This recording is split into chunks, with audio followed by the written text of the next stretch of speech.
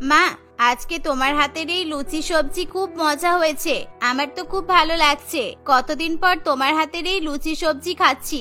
তুমি তো আমাদেরকে এখন আর এই লুচি সবজি করে খাওয়াতেই চাও না। হ্যাঁ মা, টিনা তো ঠিক কথাই বলেছে। মনে হচ্ছে তুমি আমাদের এই লুচি সবজি খাওয়ানোর কথা ভুলেই গেছো। টিনা, তুই যদি আজকে মাকে না বলতিস তাহলে হয়তো মা আজকেও আমাদেরকে লুচি সবজি খাওয়াতো না। আরে বাবা, এরকম কোনো ব্যাপার নয়। আমি যদি পারতাম তাহলে আমি তোদের প্রত্যেকদিন লুচি ঘুগনি রান্না করে খাওয়াতাম, কিন্তু আমি ঘুগনিটা তো রান্না করতে পারছি না, তাই তোদের জন্য এই সবজিটাই বানিয়েছি। মা, আমাদের জন্য তো এই লুচি আর সবজিটাই খুব মজা হয়েছে। আমরা তো ঘুগনি খেতে চাই না, আমরা তোমার হাতের এই লুচি সবজি পছন্দ করি। আর তাছাড়া মা, ঘুগনি খেতে আমার ভালো লাগে, কিন্তু তোমার হাতের লুচি সবজি পেলে ঘুগনির কথা তো আর মনেই পড়ে না। অঞ্জলি তার মেয়ে টিনা এবং ছেলে রিঙ্কুকে নিয়ে পলাশপুর গ্রামে বাস করে। অঞ্জলির স্বামী ছিল না। আসলে অঞ্জলির স্বামী এক রোগে আক্রান্ত হয়ে মারা যায়। তারপর থেকে সংসারের দায়িত্ব অঞ্জলির কাঁধে এসে পড়ে। আর অঞ্জলি যেমন হোক করে নিজে সংসার চালায়, কিন্তু দিনের পর দিন অঞ্জলির টাকা পয়সা ফুরিয়ে আসে। আর যতদিন তার স্বামী ছিল ততদিন তারা কোন রকম অভাব অনটন দেখেনি। কিন্তু ধীরে ধীরে অঞ্জলির জমানো সমস্ত টাকা শেষ হয়ে যায়। আর অঞ্জলির কাছে জায়গা জমি অনেক ছিল। সেই জায়গা জমি বিক্রি করে এতদিন ধরে অঞ্জলি তার সংসার চালিয়ে নেয়। কিন্তু এখন সমস্ত টাকা শেষ হয়ে যাওয়ার পর সে কি করবে কিছুই বুঝে উঠতে পারে না।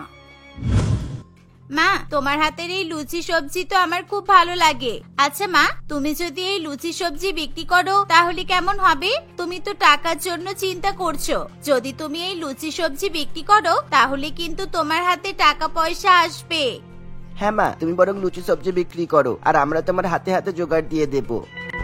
তোরা আমাকে ভালোই বুদ্ধি দিয়েছিস, কিন্তু লোকের বাড়িতে তো আমি কাজ পেলাম না। এত খুঁজলাম তবুও কেউ আমাকে কাজ দিল না, কারণ এখন তো সবার বাড়িতেই আগে থেকেই কাজের লোক আছে। আর এখন আমাকে লুচি সবজি বিক্রি করতে হবে, কিন্তু আমার কাছে তো কোনো ঠেলা গাড়ি নেই, আর না আছে কোনো দোকান। তোর বাবা যদি থাকতো তাহলে আমাকে নিশ্চয়ই একটা ঠেলা গাড়ির ব্যবস্থা করে দিত, আর না হলে নিজে হাতেই বাজারে একটা দোকান বানিয়ে দিত। মা, এখন তো বাবা নেই, তাই যা করার আমাদেরকেই করতে হবে। আমি বলি কি, তুমি বরং ফুটপাতেই বসো না লুচি সবজি নিয়ে। জানিস তো রিঙ্কু, এখন আর ফুটপাতের কোনো দাম নেই। ফুটপাত থেকে তো মানুষ এখন কিছুই কিনতে চায় না। জামা কাপড় আর নাইবা কোনো খাবার, সবে তো বড় বড় রেস্টুরেন্টে হোটেলে গিয়ে খাবার খাওয়া পছন্দ করে। আর আমি সামান্য ফুটপাতে লুচি সবজি বিক্রি করলে কেউ কি আমার কাছ থেকে লুচি সবজি খাবে? ও মা, তুমি একবার দেখো না, যদি না হয় তাহলে তুমি অন্য কোনো একটা ব্যবস্থা করবে। আর সবাই যদি তোমার হাতের লুচি সবজি একবার খায় তাহলে নিশ্চয়ই কিন্তু ওরা দ্বিতীয়বারও খেতে আসবে, কারণ আমার মায়ের হাতের লুচি সবজি অতটাও খারাপ নয়। শেষ পর্যন্ত অঞ্জলি তার দুই ছেলে মেয়ের কথা মতোই ফুটপাতে লুচি সবজি নিয়ে বসবে বলে ঠিক করে। আর দেখতে দেখতে কিছুদিন কাটে। এই কিছুদিনের মধ্যেই অঞ্জলি সমস্ত কিছু ব্যবস্থা করে নেয়। আর সেদিন সন্ধ্যাবেলা অঞ্জলি তার দুই ছেলে মেয়েকে নিয়ে বাজারে যায়। সে বাজারে গিয়ে দেখতে থাকে কোন জায়গাতে লুচি সবজি নিয়ে বসা যায়। তখন রিঙ্কু তার মাকে একটা ফাঁকা জায়গা দেখিয়ে বলে, মা, এই জায়গাটা একদম ঠিক আছে, তুমি এখানেই বসবে কালকে, ঠিক আছে? দেখ, তোরা বলছিস তো ঠিকই, কিন্তু আমার মনে হচ্ছে না আমার লুচি সবজি কেউ খাবে বলে। আচ্ছা চল বাদ দে, এখন ওসব কথা ছাড়। কালকে যে সবজি রান্না করব সেই সবজিটা তো আমাকে কিনতে হবে। ওদিকে চল, আমি আগে সবজিটা কিনে নিই। এই বলে অঞ্জলি সবজি কিনে তার দুই ছেলে মেয়েকে নিয়ে বাড়িতে ফিরে আসে। আর পরের দিন সকালবেলা অঞ্জলি তার দুই ছেলে মেয়েকে নিয়ে সকালে জলখাবার খেয়ে বেরিয়ে পড়ে। অঞ্জলি বাজারে ফুটপাতের ধারে লুচি সবজি বিক্রি করতে বসে পড়ে। আসুন আসুন, আমার কাছে গরম গরম লুচি, গরম গরম সবজি বিক্রি হচ্ছে। একবার আমার হাতের লুচি সবজি খেয়ে দেখুন। এদিকে আসুন দাদা বৌদি, এই সুস্বাদু লুচি সবজির স্বাদ নিয়ে যান। এভাবে অঞ্জলি সকলকে ডাকাডাকি করতে থাকে, কিন্তু কেউ তার কাছে আসতে চায় না, কারণ ফুটপাত থেকে এখন কোনো মানুষই কিছু কিনে খেতে চায় না। এভাবে বেশ কয়েক ঘন্টা তারা হাত গুটিয়ে বসে থাকে। তাদের একটাও লুচি সবজি বিক্রি হয় না। এভাবে আরো বেশ কিছুদিন কাটে। একটা সময় অঞ্জলির কাছে পিয়ালি নামের এক মহিলা আসে। তুমি লুচি সবজি কেন বিক্রি করছো? এখনকার যুগের মানুষেরা কি আর লুচি সবজি খেতে পছন্দ করে? সবাই তো এখন লুচি ঘুগনি খেতে চায়। আর তাছাড়া তুমি তো একটা দোকান খুলতে পারতে। এরকম ভাবে ফুটপাতে বিক্রি করলে তো তোমার আরো লস হয়ে যাবে।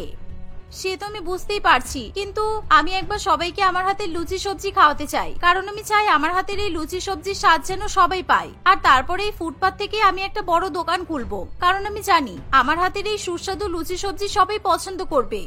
কিন্তু এখন তো কেউ ফুটপাত থেকে কোনো জিনিস খায় না। আচ্ছা ছাড়ো, তোমার যেটা ইচ্ছে তুমি সেটাই করো। এখন তো সব লোকেরা হোটেলে গিয়ে খাবার খায়, তাহলে তুমি এখানে ফুটপাতেই বসে থাকো, আমি চললাম। মানুষকে ভালো কথা বলারও কোনো যুগ নেই দেখছি। কাকিমা দেখুন, দয়া করে আমার মায়ের এই বিশ্বাসটা আপনি ভেঙে দেবেন না, কারণ এই কাজ করার জন্য আমরা দুই ভাই বোনে মিলে মাকে অনেক সাহস দিয়েছি। আর আপনার মতো কেউ এসে যদি এরকম সাহস ভেঙে দিয়ে যায় তাহলে তো আমাদের কষ্ট হবে, তাই না? আচ্ছা আচ্ছা, বুঝতে পেরেছি। ঠিক আছে, তোমরা এই ফুটপাতেই তাহলে লুচি সবজি বিক্রি করো, আমি চললাম। কাকিমা, আপনি যখন আমাদের কাছে এসেছেন তাহলে আমাদের কাছ থেকে লুচি সবজি খেয়ে যান না, দেখবেন আপনারও খুব ভালো লাগবে। আর হ্যাঁ, প্রথমবার লুচি সবজির জন্য আপনাকে কোনো টাকা দিতে হবে না। টাকা দিতে হবে না যে কালে বলছো? তাহলে তো খেয়ে দেখাই যেতে পারে, কই দেখি দাও। পিয়ালির এই কথা শুনে অঞ্জলি তাকে দুটো লুচি এবং সবজি খেতে দেয়। সেই লুচি সবজি খেয়ে পিয়ালি মনে মনে ভাবে, সত্যি তো এই লুচি সবজি খেতে খুবই টেস্টি হয়েছে।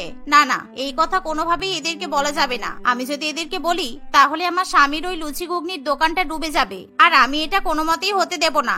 এ বাবা, তোমরা কি লুচি সবজি বানিয়েছো বলো তো? আমার তো একদমই ভালো লাগলো না, ছি। এই বলে পিয়ালি লুচি সবজি খেয়ে সেখান থেকে চলে যায়। আর এই দেখে অঞ্জলি এবং তার দুই ছেলে মেয়ে হাসতে থাকে, কারণ তারা বুঝতে পারে পিয়ালি তাদেরকে মিথ্যা কথা বলেছে। এভাবেই দেখতে দেখতে কিছুদিন কাটে, কিন্তু তাদের কোনো রকম রোজগার হয় না। একদিন রিঙ্কু তার মাকে বলে, মা, আমি বলি কি, তুমি একবার ফ্রিতে সকলকে লুচি সবজি খাও, কারণ তুমি যদি সবাইকে একবার ফ্রিতে খাও তাহলে নিশ্চয়ই সবাই তোমার হাতে লুচি সবজি খাবে, আর তারপর তারা তোমার হাতের টেস্টটাও পেয়ে যাবে। তারা জানতে পারবে তুমি কতটা সুস্বাদু লুচি সবজি বানাও, আর তখন থেকেই আমাদের কাছে লুচি সবজি কিনতে আসবে সবাই। রিঙ্কুর কথা মতো অঞ্জলি সেটাই করার কথা ভাবে। সেদিন বাজারে অনেক ভিড় জমেছিল, আর সেই ভিড় দেখেই রিঙ্কু এবং টিনা তাদের মাকে ফ্রিতে লুচি খাওয়ানোর কথা বলে। আমাদের হাতে লুচি সবজি খেয়ে যান, একদম বিনামূল্যে আপনাদেরকে লুচি সবজি খাওয়াবো, আপনাদেরকে কোনো টাকাই দিতে হবে না, ফ্রি ফ্রি ফ্রি, ফ্রিতে লুচি সবজি খেয়ে যান। ফ্রিতে লুচি সবজি খাওয়ার কথা শুনে অনেকেই ফুটপাতে থাকা অঞ্জলি এবং তার দুই ছেলে মেয়ের দিকে তাকিয়ে থাকে, আর একে একে সকলেই ফ্রিতে লুচি সবজি খাওয়ার জন্য সেখানে চলে আসে। সেদিন অনেকেই লুচি সবজি খাওয়ার পর অঞ্জলির প্রশংসা করে চলে যায়। দিদি, আপনার হাতের এই লুচি সবজি সত্যিই সুস্বাদু, খুব ভালো লাগলো খেতে। আপনাকে অনেক ধন্যবাদ এত সুস্বাদু লুচি সবজি ফ্রিতে খাওয়ানোর জন্য। হ্যাঁ গো, তোমার হাতের এই লুচি সবজি খুব ভালো লাগলো। আমি কখনোই এরকম ফুটপাতে এত সুস্বাদু লুচি সবজি খাইনি। এত সুস্বাদু লুচি সবজি বানিয়েছো, তাও আবার ফ্রিতে খাওয়াচ্ছ। কি করব বলুন, আপনারা তো বাজারে এসে আপনাদের যা যা প্রয়োজন সেই জিনিসপত্রগুলো কিনে অন্য কোনো হোটেল বা রেস্টুরেন্টে গিয়ে খাওয়া দাওয়া করেন, কিন্তু আমার এই ফুটপাত থেকে কি কখনো আপনারা লুচি সবজি খেয়েছেন? তাই আজকে আমি ঠিক করেছি আমি আজকে আমার হাতের লুচি সবজি আপনাদেরকে ফ্রিতে খাওয়াবো। অঞ্জলির কথা শুনে সকলেই চুপ করে যায়। তখন সেই ভিড়ের মধ্যে থেকে একজন মহিলা বলে, তুমি ঠিকই বলেছো, আমরা এই ফুটপাতের বিক্রেতাগুলোর কথা ভুলেই যাই। জামা কাপড় হোক কিংবা খাওয়া দাওয়া, অনেক হকার আছে যারা এখনো ফুটপাতে কিছু খাবার বা জামা কাপড় বিক্রি করে, কিন্তু আমরা তাদের থেকে কোনো কিছু না নিয়ে বা তাদের দিকে না তাকিয়েই আমরা চলে যাই। বড় বড় শপিং মলের রেস্টুরেন্টে গিয়ে আমরা কেনাকাটা করি, খাওয়া দাওয়া করি, কিন্তু এই ফুটপাতে যারা খাবার বিক্রি করে তাদের খাবারটা কিন্তু খুবই সুস্বাদু হয়, যেটা আমরা কেউ খেয়েও দেখতে চাই না। হ্যাঁ কাকিমা, সেই জন্যই আজকে আপনাদের সবাইকে আমি ফ্রিতে লুচি সবজি খাওয়াচ্ছি।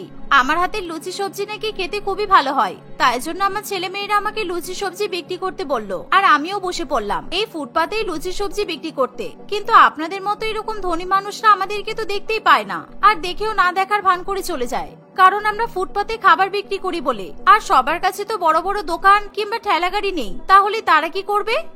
এভাবে অঞ্জলির কথা শুনে সকলেই একেবারে বাকরুদ্ধ হয়ে যায়। দেখতে দেখতে কিছুদিন কাটে। কিছুদিন পর থেকেই অঞ্জলির কথাগুলো সকলের মনে খুবই প্রভাব ফেলে। একদিন অঞ্জলির কাছে লুচি সবজি খাওয়ার জন্য অনেকেই ভিড় করে। এই দেখে পিয়ালি মনে মনে ভাবে, কি ব্যাপার, আজকে এই লুচি সবজিওয়ালির কাছে এত ভিড় কেন? তাহলে নিশ্চয়ই সবাইকে এই লুচি সবজির টেস্ট পেয়ে গেছে। না না, এটা কোনো মতেই হতে পারে না। এটা যদি সবাইকে এই লুচি সবজি খাওয়াই তাহলে আমার বড়ের লুচি ঘুগনির দোকানটার কি হবে? ওর দোকানে তো তেমন আর বিক্রিও হচ্ছে না। এভাবে পিয়ালি অঞ্জলিকে দেখে হিংসা করতে থাকে। আসলে পিয়ালি ঠিকই ভাবছিল, কারণ বাজারে সকল মানুষই এখন অঞ্জলির হাতে লুচি সবজির স্বাদ পেয়ে যায়, তাই তারা অঞ্জলির কাছ থেকে লুচি সবজি খাওয়া শুরু করে। সকাল থেকে রাত পর্যন্ত অঞ্জলির বেশ ভালো টাকা ইনকামও হয়। ফুটপাতে বসেও তাদের আর কোনো রকম অপমান সহ্য করতে হয় না, কারণ এখন শুধু গরিব নয়, বড় বড় ধনী লোকেরাও অঞ্জলির হাতে সুস্বাদু লুচি সবজি খাওয়ার জন্য এগিয়ে আসে। মা, এবার কিন্তু আমাকে একটা বড় স্কুলে ভর্তি করিয়ে দিতে হবে, যেখানে সব ধনী লোকের ছেলে মেয়েরা পড়ে। আমি কিন্তু ওই স্কুলেই ভর্তি হব। আচ্ছা ঠিক আছে, আমার কাছে তো এখন অনেক টাকা এসে গেছে, তোরা যেটা বলবি সেটাই হবে। তোদেরকে আমি ভালো স্কুলে ভর্তি করে দেব, আর তোদের জন্যই তো আমি ফুটপাতে লুচি সবজি বিক্রি করে এত বড় হতে পারলাম। কি রে রিঙ্কু, তুই কোথায় ভর্তি হবি? মা, আমি যে স্কুলে পড়ছিলাম ওই স্কুলটা তো সরকারি স্কুল, আর আমি সরকারি স্কুলে পড়তে চাই না, কারণ সরকারি স্কুলে তেমন একটা পড়াশোনা হয় না। তাই আমি চাই প্রাইভেট স্কুলে পড়াশোনা করতে, আর ওখানে শুনেছি খুব ভালোভাবে পড়াশোনা করানো হয়। কেননা ওই স্কুলে আমার একটা বন্ধু আছে, ও বলেছে। আচ্ছা ঠিক আছে, তাহলে আমি তোদের দুই ভাই বোনকে ওই প্রাইভেট স্কুলে ভর্তি করে দেব। আর তোরা কিন্তু খুব মন দিয়ে পড়াশোনা করবি। যত টাকা খরচা হয় আমি তোদের পেছনে, যত টাকা খরচাই হবে আমি তোদের পড়াশোনার জন্য টাকা খরচা করতে রাজি আছি। কিছুদিনের মধ্যে অঞ্জলি তার দুই ছেলে মেয়েকে এক ভালো প্রাইভেট স্কুলে ভর্তি করে দেয়, যেখানে পড়াশোনা করে তারা দুই ভাই বোন খুবই খুশি হয়। আর এভাবে অঞ্জলি ফুটপাতে সবজি বিক্রি করে অনেক অনেক টাকা রোজগার করে তার ছেলে মেয়েদের মানুষ করার চেষ্টা করতে থাকে। আর এভাবে অঞ্জলি তার ছেলে মেয়েদেরকে নিয়ে জীবন কাটাতে থাকে।